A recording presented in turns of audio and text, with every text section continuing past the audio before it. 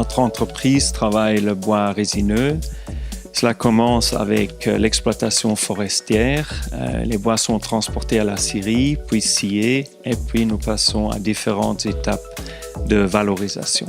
Les produits finis aboutissent dans la fabrication de charpentes, de construction en ossature bois, des carpores et souvent dans des bâtiments industriels ou agricoles.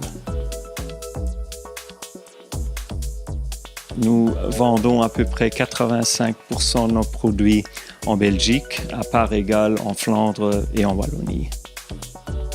Le service est un point très important dans le succès de notre entreprise.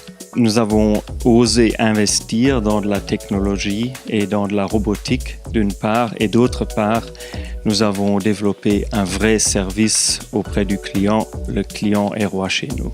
Un des grands défis de notre entreprise, mais du secteur en général, c'est de continuer à motiver les propriétaires de forêt, les propriétaires privés et les propriétaires publics à produire du bois de qualité en suffisance. Ça, c'est vraiment le plus grand défi d'avenir pour notre secteur.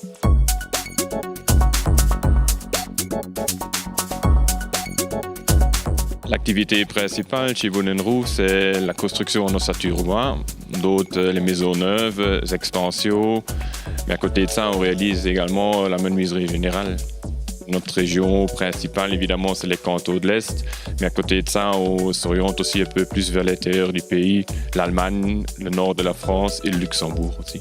Notre secteur principal, c'est le client privé. Mais il se peut également que nous travaillions de temps en temps pour des grosses sociétés de construction quand il s'agit de réaliser uniquement les toitures ou les façades ou d'autres travaux de menuiserie générale, quoi. Donc on n'est pas limité à un certain secteur. C'est la demande du client qui nous dit ce qui est à faire. Les clés de succès chez Wooden Roof sont que dès le départ, on a bien compris qu'il fallait proposer un service complet, une gamme complète à nos clients et architectes. Car de plus en plus, les clients ne veulent avoir un seul interlocuteur et ne veulent plus dispatcher à plusieurs sous-traitants. Le challenge de l'avenir, c'est certainement que déjà de pouvoir garder notre équipe actuelle, car on est quand même dans des circonstances assez difficiles. Il faut se battre de plus en plus envers des confrères. Et c'est pour cela qu'on s'oriente un petit peu aussi, à l'étranger, à l'étranger proche.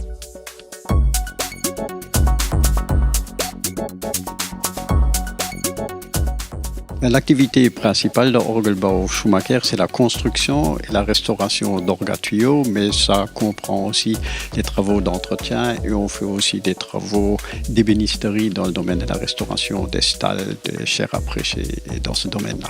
Nous sommes principalement actifs en Belgique en ce qui concerne la restauration, mais pour la construction nouvelle, nous avons travaillé pratiquement pour tous les pays voisins de la Belgique, mais aussi loin que l'Estonie.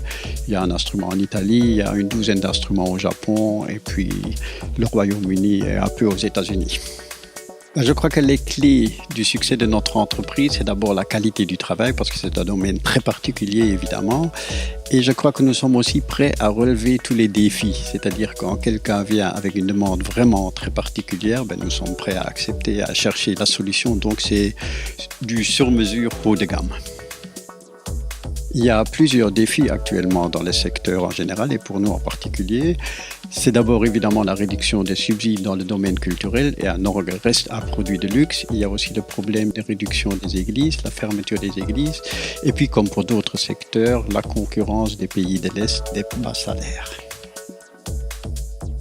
Pour faire face à ces défis, nous cherchons des solutions. Nous travaillons actuellement activement à nous préparer à relever ces défis.